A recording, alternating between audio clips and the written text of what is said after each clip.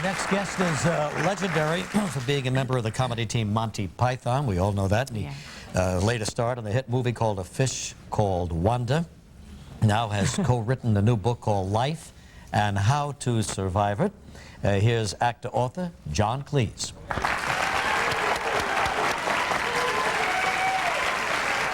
Hi, John. How you doing? Nice to see you. Have a seat. Yes, John. Thank you.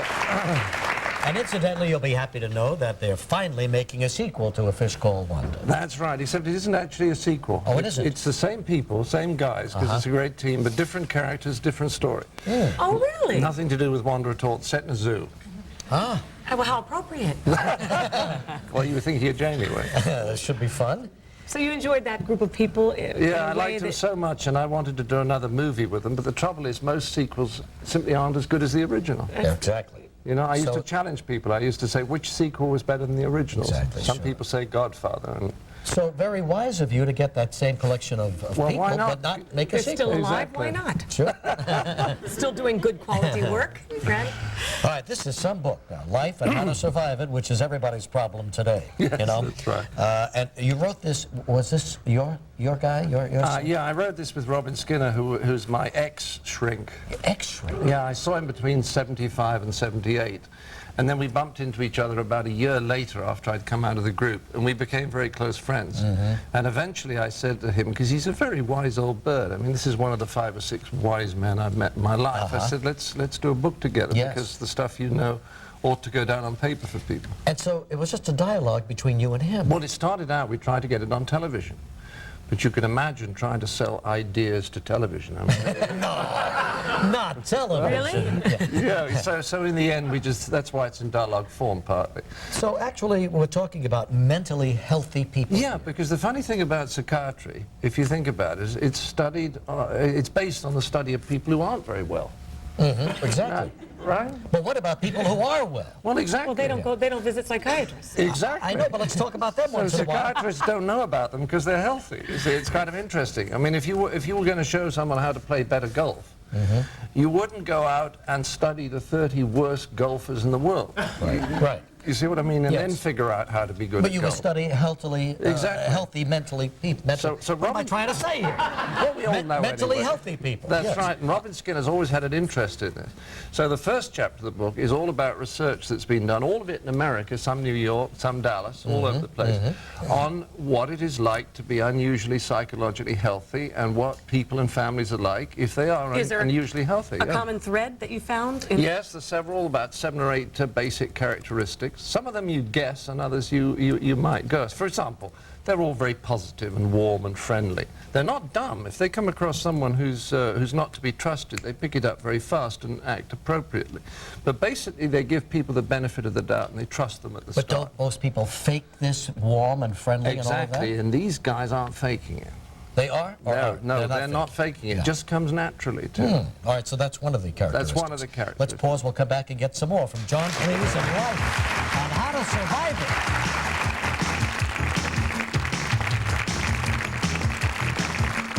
It. Tomorrow on Live, the Lennon sisters sing for us. This one pill.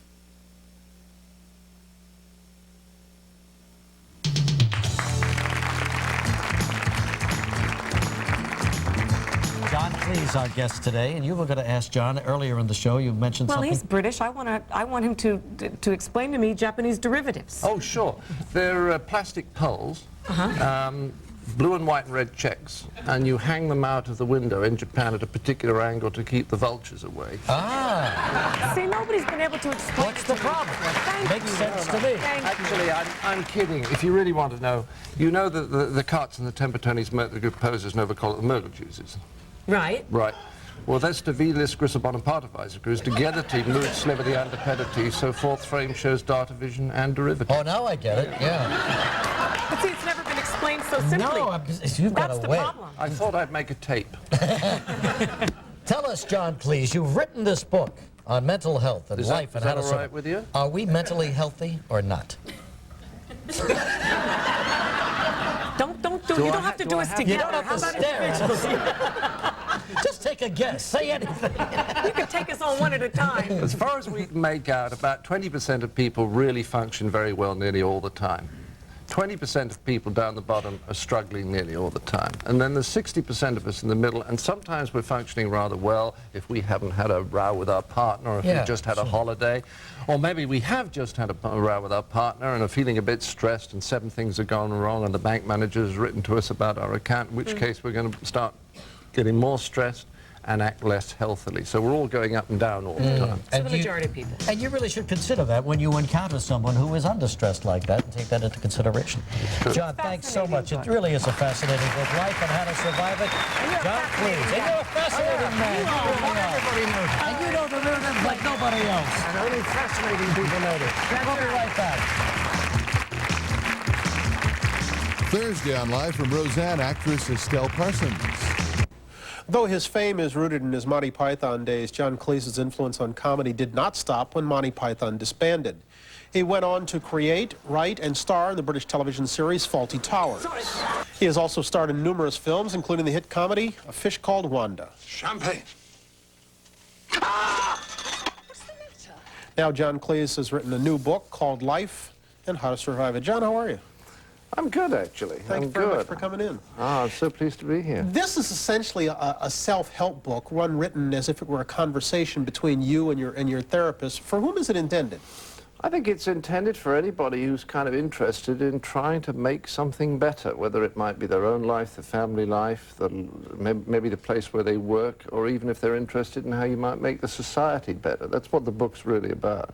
You are obviously a very successful man, and from all appearances, a very secure man. As he starts to go like this, what's therapy do for you?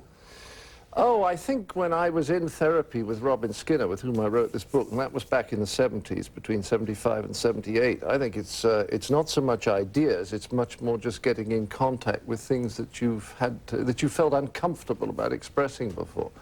But what we're trying to do here is to examine what's the characteristic behavior and way of thinking of people who are unusually psychologically healthy. And there's a lot of research, all of it American, on both people and families who are unusually psychologically healthy and how they function, and I think that's rather intriguing. Your wife, Alice, is a psychoanalyst. That's right. 2 questions. Number 1, what did she think of the book? And number 2, could you have seen co-authoring it with her? That's very interesting. I think that the main criticism that I would make of this book is that it's written by 2 men. And we're still to find out from our readers whether there's a sort of feminist or feminine angle on the book that we've not incorporated properly.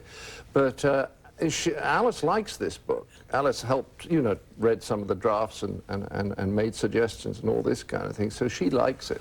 You're primarily known as an actor, more specifically a comedian. Are either of those roles essential to this book? Well, the experience that I've had in communicating, Brian, I had a company for 20 years that taught management skills. Those kind of experiences were very, very useful indeed. For example, on the chapter about businesses.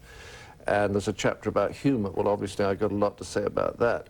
But I think basically that I do seem to have a skill in communicating stuff reasonably clearly. And that's really what I bring to the book. Because, of course, Robin Skinner is a wise old bird. It's basically his ideas. You said you talked about humor in the book. Among the things you say in there, I'm quoting from you, you say, a discussion of the subject always disappoints people. Yes. You don't like talking about humor, do you? Well, the trouble about talking about it is that people think a discussion about humor is going to be funny, and it never is. It's like, as we say in the book, it's like thinking that a discussion of Bach's music is going to be moving in the way that the music itself is moving.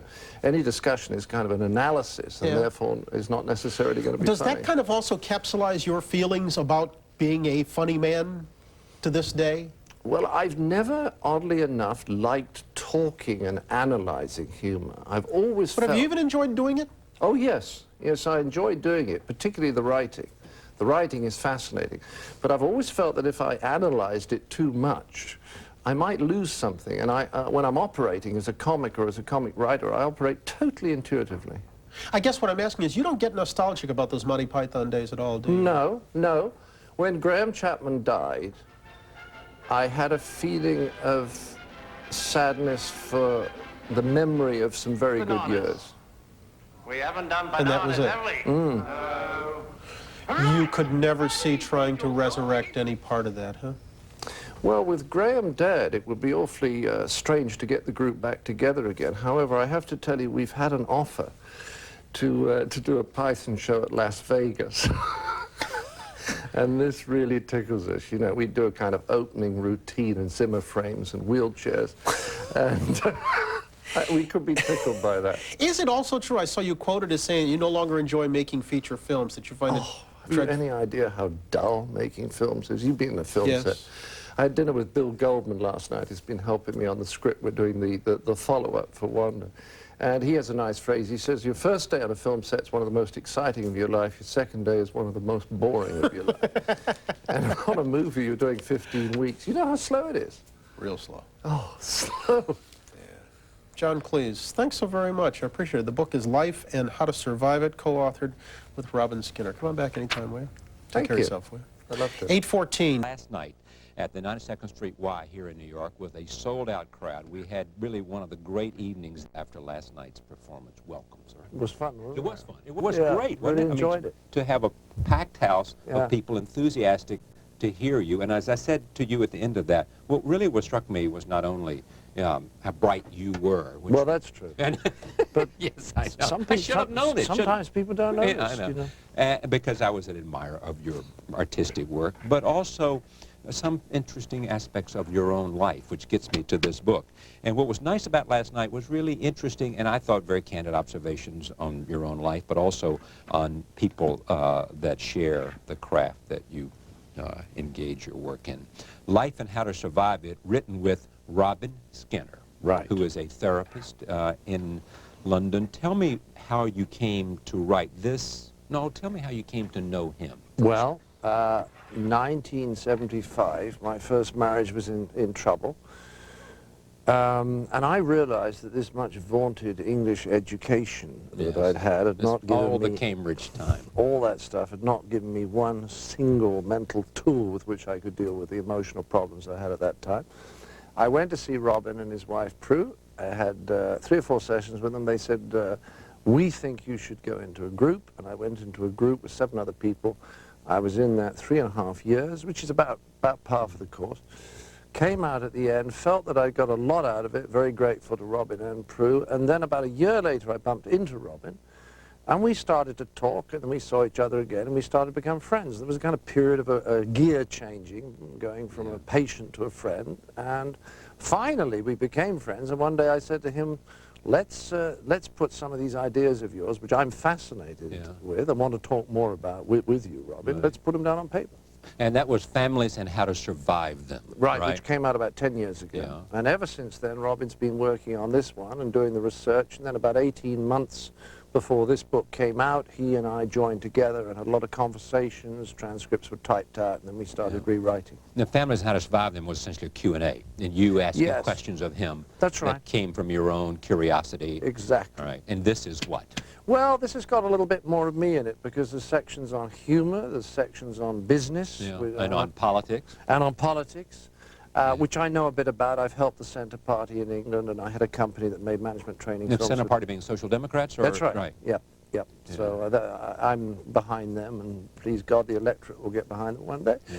You're not thrilled. I mean, I want to just interrupt, because I mean, Yeah. I'm actually, the reason I mentioned last night's program, because I know a lot of things about you, and some of the things I want to just sort of zero in. You're not thrilled about the politics of your country right now. You're not happy with John Major, and you're certainly not happy with what the Tories have done. No, I mean, I think they're a disaster, and if anybody thinks that's controversial, I have to tell you they have the lowest poll rating, approval rating, that any government has ever had since polls began in the 30s. Well, but there doesn't seem to be a huge amount of enthusiasm for the Labour Party. That's not your party as well, although well, there's a lot of Mr. Blair may be a new kind of liberal, a new kind of Labour leader. Yes, people think that Tony Blair is good news, but there's a general skepticism about whether enough of the very old-fashioned Labour Party is really modernized. And of course, when a party's been out of power for so many years, everybody's a bit worried because they don't have any experience of office. But all one can say about them is they couldn't actually be doing worse than the Conservatives. Business. You have, this is amazing about you to me, you have been very successful in business. You had a company, Yeah. you were one of the founders who was later sold, and you made some money at that. Where does that come from? Because you don't think of someone whose essential skill is theatrical as also being a genius at business. Well, you wouldn't exactly expect Steve Martin to go off and make a management training That's film. true. Exactly. I And don't that's, know why. Well, actually, I know why I got engaged. You wouldn't think Basel. Basil. Basil, yes. That's right. Well, there's two reasons. First of all, I've always loved being around anyone whom I find fascinating, who seems to me to have a great mind, which is why I write the books with Robin Skinner. Right. Another great mind, Anthony Jay, said to me in '72, let's make industrial training films. Yeah. Is what we called them then. They're management and sales training. Yeah. I really wanted to be about him and learn from him. Right. But the other thing is, I actually have thought about this a lot. I'm an only child. In some ways, a very typical... Yeah. Oh, really? Yeah. Ah, well, maybe that's why we Well, get I on. find a lot in there that I identify with, but I don't mean... I think I always wanted also to be a part of a big, happy family. Me too. Well, no, not possible. No brothers, no sisters. However, when I get in a work group like the Python team, the Monty Python team, the 40 Towers team, or even the Fish Called Wanda team, I love it. And I think I'm interested in how to create a really positive, happy working atmosphere. You know, it's a kind of a family. But it's because of this yearning for family. I think that so. you simply can be a catalyst for I've always worked in cohesive group. If you look at my career, it's always been working with a group. But your skill, your essential skill, your base skill is you are a writer of funny material. And that's a solitary act. No, well, not quite so. Most of my stuff, not Wanda, I wrote Wanda on myself. I structured it with Charlie Crichton, but I wrote it on my... Most of my stuff's been written with other people, because I genuinely have the feeling that if I sat down to write, if we wrote something together, we would get to somewhere that neither of us would get to individually. Interesting you say that, because you didn't know this. I taped an earlier segment with Peter Brook, who you have never met, which is on this program. One of my heroes. Why? I think his work is extraordinary, and I think that the spiritual background out of which he works is also extraordinary. Spiritual background, meaning? He has a great interest in esoteric Christianity, and I think he carries that through his work, and I think that the content of his work is largely determined by the ideas in which he believes. He said on this program, and it'll be seen later, that the best thing you could hope for is that the end words, the end product, nobody can say, that's mine. That's right. It started here, went here, went there, and you ended up with something That's that absolutely was clearly... right. There's a big section in there, because we talk about creativity, and I actually say that if you're working with a good group, and you finish with a great idea, you cannot go back and figure out whose idea it was, because it came out of this animal that is the whole group. And you cannot claim authorship. I'm terribly proud of the fact that Wanda, 23 people wrote dialogue for Wanda. Yeah. I should take note of you getting ready to do another Fish Called Wanda, or Fish Called Wanda 2 or something. Same group. Kevin Kline will be back. Jamie, Michael Palin. Yeah. Tell me about Michael Palin, in which you have this ongoing gag with him, in which you say, what do you say? Well, I forgot on that occasion. His real name is Palin, but on national television I always call him Palin, and I'm sorry, I call him Palin just now. It's the one thing I successfully tease him about, and recently, actually I can't tell you that because he doesn't know the joke yet. All right. I'll tell you next time. All right. Robin Skinner, your experience with him, because I want to get into things that people also are curious about as well, is it changed you how? You became more white and less white. I think he created with his wife Prue an atmosphere in which I was able to reintegrate emotions or parts of my personality which had got cut off because they'd not felt safe originally, which is why repression happens anyway. I was able, for example, to deal with my depression by actually getting in touch with the sadness underneath it, because Robin thinks that a lot of depression is blocked sadness, and if you can actually sit and feel the sadness, then, my God, it begins to shift and go away. And if you can't feel the sadness, you just sit there stuck. So it was a huge help. And your sadness came from your... Well, I think it partly came because my first marriage was breaking up, and that's a perfectly good cause to be sad. But you were more influenced by where you came from in terms of there was also sadness from childhood. only child, mother, That's right, and I'm sure that that was part of it. And growing up an only child, probably slightly lonely, although I'm not so sure about that. The main thing was I learned how to deal with depression because they gave me permission to feel sad, which, you know, I was an English public school chap. As Basil Fawlty once said, depression, he said, we didn't win the war being depressed. I don't see the point of it, you know? Actually, the point of sadness is that that is how us human animals recover from loss, if we allow ourselves to be sad. You were also thinking about, I mean, there's so much to get in such little time, doing a film about infidelity or about... Well, yes, I'm fascinated because one of my other by- guests here is Robert Wright, who writes about the difference in men and women and infidelity. Well, I want to write the next movie, not this present one, but the next one about that. And I have a great friend who's a family therapist in Atlanta called Frank Pittman, who's written 2 books on the subject. And very interesting. He thinks infidelity is very destructive. But I said to him, is it basically the lying? And he said, basically, he thinks it's the lying. It's deception. Yes, but you know, it's one of the wonderful things about being a human being. You know what I mean? You're going along being virtuous, and then one day you think, oh, that is wonderful. You know? Now, tell me the difference in Fawlty Towers. Americans say basil. Yeah, you say basil. We all say basil. You always say basil. Right. So exactly the same as we pronounce the herb, which you call herb. Herb. And you believe Fawlty Towers is the best work you have ever done. Nothing you have ever done. At a half-hour length. At a half-hour length. Because what a 3-minute sketch requires a completely different approach and content from a half-hour, which requires a completely different approach and content from an hour and a half. You can't really compare them. Fawlty Towers is the funniest that I can be at half an hour. And it was because you just created this wonderful character who gave you such an incredible opportunity. And 3 other very good characters. And I wrote it with Connie Booth, my first wife. Right. And we both used to cry with laughter. We were like 2 awful gods who were playing practical jokes, and every time Basil nearly escaped from a situation, he'd open the wrong door and the wrong person would be there. We would laugh, but we'd also have this terrible feeling of almost sadness for this poor man, you know? Yeah. And the funny thing is, of course, people love him, and he's an awful human being. And yet people feel affection. And why is that? Because anybody... He's vulnerable? Because he makes mistakes? Or what? Well, there's 2 factors. One is anybody who makes you laugh, you like, even if they be awful, if you like. Even if they're insulting. Even if they're insulting. Yeah. And the second one I've completely forgotten. Yeah. Well, you only did 12 30-minute episodes. Yes, only 12. 2 seasons. 6 in 75 and 6 in 79. Now, we're talking 20 years ago. Yes.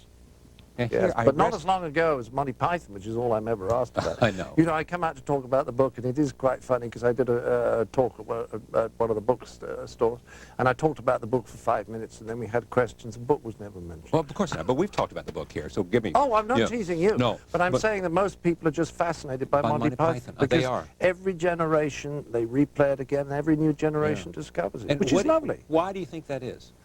What is it about Monty Python? Was it just the I think we collegiality, or what was it? No, I think we discovered in some of those characters we created kind of archetypes. And they seem to be recognizable in other cultures. I mean, the Japanese used to like it. The Japanese, this would make you laugh, Charlie, they used to have a program after Fawlty Towers at which they'd have a professor from Kyoto and a sociologist from Nagasaki and I don't know, and they would sit around and discuss what the jokes had been. And it was very, very popular anyway. Yeah. So but there must be some kind of archetypes that are recognizable in almost every culture. Why only 2 years? I mean, that was all you had in you? You were repeating yourself? What? For Fawlty Towers. I'm back to Fawlty Towers. Because, well, first of all, because that second series was the funniest I can be in the half-hour format. Right. So why do another series that isn't going to be quite as good? The other thing was that Connie and I both felt we'd done it. Yeah. And we used to say, look, Shakespeare got 4.5 hours out of Hamlet, we got 6 hours out of Basil. Yeah. Just put it in the right context. Yeah, exactly. Yeah, I mean, there's only so far you can mine a character. And then what happens is the audiences, which are very smart, get ahead of you, and they know what's going to happen before it happens, and you're dead. Yeah. But as soon as you say that, I mean, you said last night that you like Seinfeld, and Seinfeld, they do, what, 12, 13 episodes a year, and they've been running for 3 or 4 years. Well, that's true, and I've got to say that we do some great original series, but what the Americans can do is they can run things sometimes for years. I mean, Cheers was always funny. It was always original, and you know how to do that. But of course, you know how to bring in squads of writers and divide series up. I mean, yeah, but I don't understand. I mean, why couldn't you do that? I mean, you know, I mean, is there no series on England in England that's run? Comedy series tend to be written just by the 1 or 2 people that invent it. You said last night, too, that the British, that there's something about, we were talking about satire, and there's more satire in London than certainly even in New York, and certainly in Great Britain more than in the United States. And one is because of the love of politics, number one. But number 2 is Brits would rather make you laugh than make love. Oh, yes. I mean, what I say is that the greatest insult that you can say to an Englishman is say you have no sense of humor. You know, and as I said at the time, that's worse than saying you're a lousy lover. Well, much worse, much worse. And I mean, it's not like that in most. I mean, if you said that to a Swiss, he'd be relieved, you know. Yes, he would say, thank you very much. That's right, but the English are obsessed with a sense of humor, and they sort of stand back from everything, and they take an angle on it, and it can be great under certain circumstances until there's something simple to go ahead and bloody well do. Do the French have a sense of humor? Yes, I think so. It's quite a mechanical sense of humor. The British sense of humor is a lot about laughing at people's egos. I'm not so sure the French find that as easy. That's great. That's the reason, yes. That is the reason. That is, sorry. It is absolute. Pardon. Pardon, Pompidou. Yeah. Ma faute. Monty Python and how many, where is everybody now from Monty Python? Most of them dead. Sadly, most of them dead. Palin is still alive. He's in a home. But we're going to get it. I don't mean to laugh. He's in a home? Or are you being funny? Well, yeah, no, he damaged his mouth. You know, he talks a great deal. Yeah. Yes, he talks somewhere 17, 18 hours a day. Yeah. And he damaged his mouth. He spoke so much. So he's gone into a home for restorative surgery. Yeah. But we'll hope he'll be able to speak again in time for the movie. But the others are dead, I think. Eric Idle died last week. Yeah. Gilliam has died several times recently. Did you stay in touch?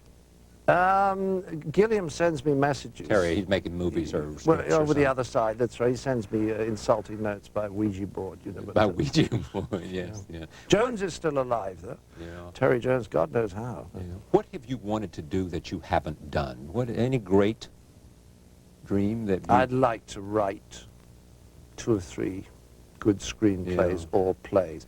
I'm never envious of actors. I admire them. I get excited by actors. Do you like performing? Not much. It's pretty boring. Why is it boring? You've been on a film set. My pal Bill Goldman says that the first day on the film set, one of the most exciting of your life. Second day on the film set, one of the dullest. Third, forget it. It's so slow. But writers, I'm jealous always, or envious rather, of people like Stoppard, of Michael Frayn, or William Goldman. These are the people. If I had 2 or 3 major bits of writing for the screen or for the stage, I would feel I'd really accomplished something. And you could resist being on stage if you could do that? Oh, I haven't been on stage except for 1 or 2 nights for charity for 20 years. But I'm saying on film, too. I mean being there as a performer. You could you never know. Look, we all like attention. Not just us, you know, but clergymen, sports, we all like attention. Maybe if I really got no attention from the public for months, I'd begin to miss it. I'm just not sure that I would. We'll find out. The book is called Life and How to Survive It. Robin Skinner and John Cleese. Anyone for help? The book. Look, Mommy, I'm chairman of International Consolidated. Let me go forward together by myself. The price of everything and the value of nothing. All change, please. Josh and Ding, who are they? Josh is Robin's partner now. Prue Skinner died in 87, and Josh walks out with a young artist called Josh Partridge, and Ding is my wife, who is a psychoanalyst. So when we first started going out together, she made a mistake. She always said, "Oh, I'm such a dingbat." So the children started calling her Dingbat. And then we thought, she's a psychoanalyst, and if the patients find out that their analyst is called Dingbat, so we shortened it to Ding. All right. Oh, I shouldn't have said that.